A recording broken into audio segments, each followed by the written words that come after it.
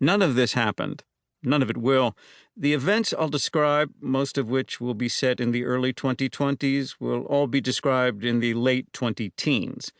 The characters who those events will affect do not exist outside these pages, not even those characters who'll strongly resemble certain people I know, and not even in those cases where the characters resembling people I know will have the same names as the people they'll resemble.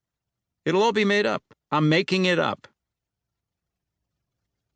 No one I've been close with has ever died.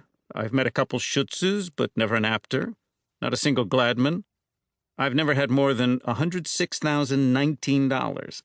I've usually had less than $4,000. Today, February 2nd, 2018, I have a little less than $30,000. The 17th of November, 2021, will not fall on a Sunday, but a Wednesday. The Rainbow Club doesn't serve Corona. Quentin Tarantino's Inglourious Basterds wasn't released till 2009. The Grant Park Lollapalooza Festival never takes place before the end of July. I've never had tenure, or nieces, or nephews. I've known comedic actors, but none of them were stand-ups. My dealings with mayors have not been extensive.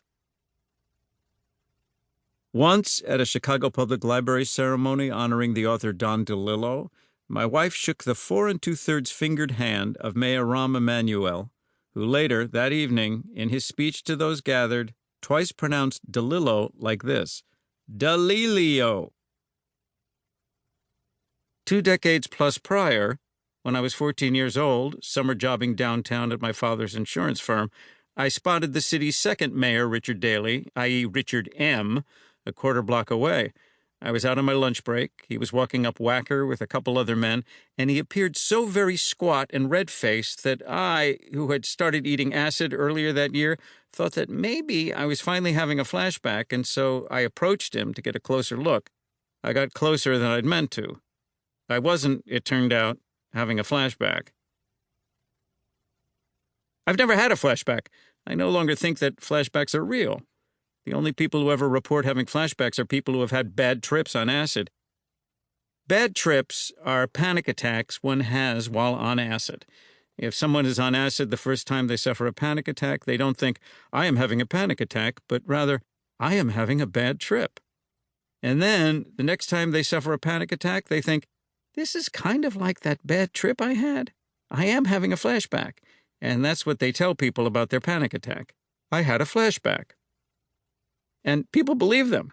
And the ones who like acid but who haven't ever had a bad trip on acid imagine that a flashback will not feel like a panic attack, but like whatever being high on acid had felt like to them, like some kind of fun. So they imagine a flashback must be some kind of fun, but they never have flashbacks. There's no such thing. I have had bad trips, which is to say that I have had panic attacks while high on acid. But I didn't have my first panic attack while not high on acid until I was nearly 30 years old, by which point I'd long since quit taking acid and had long since worked, and not so long after that quit working, as a psychotherapist.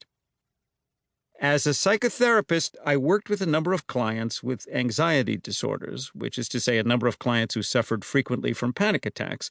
So when I had my first one while not high on acid, I wasn't confused. I knew it was just a panic attack.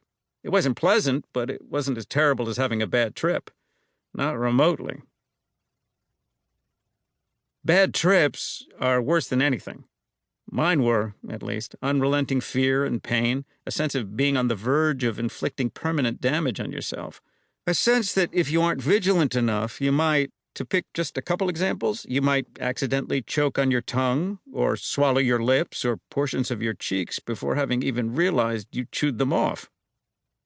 I had all my bad trips at the age of 17. 3 out of 3 trips in a row were bad.